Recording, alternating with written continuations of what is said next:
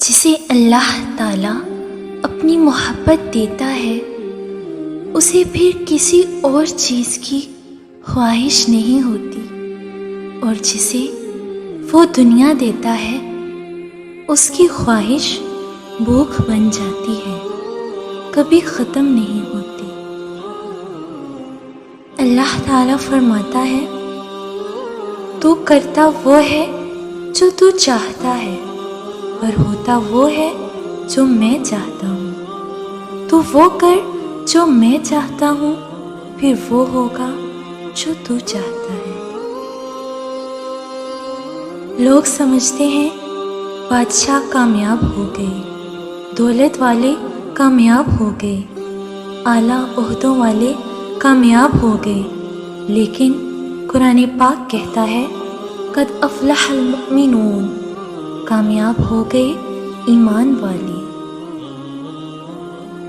دنیا کی سب سے بہترین، خوبصورت اور حسین نعمتوں میں سے ایک نعمت نماز ہے۔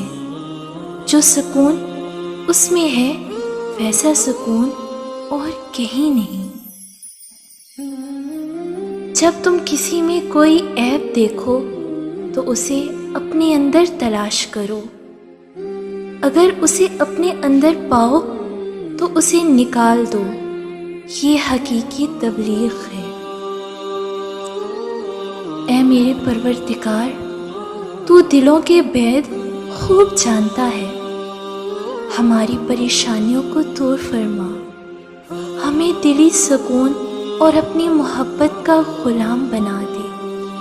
اے میرے مالک، ہماری نادانیوں، گناہوں اور نافرمانیوں کو معاف فرما دے، بے شک تو بڑا رحمان اور رحیم ہے۔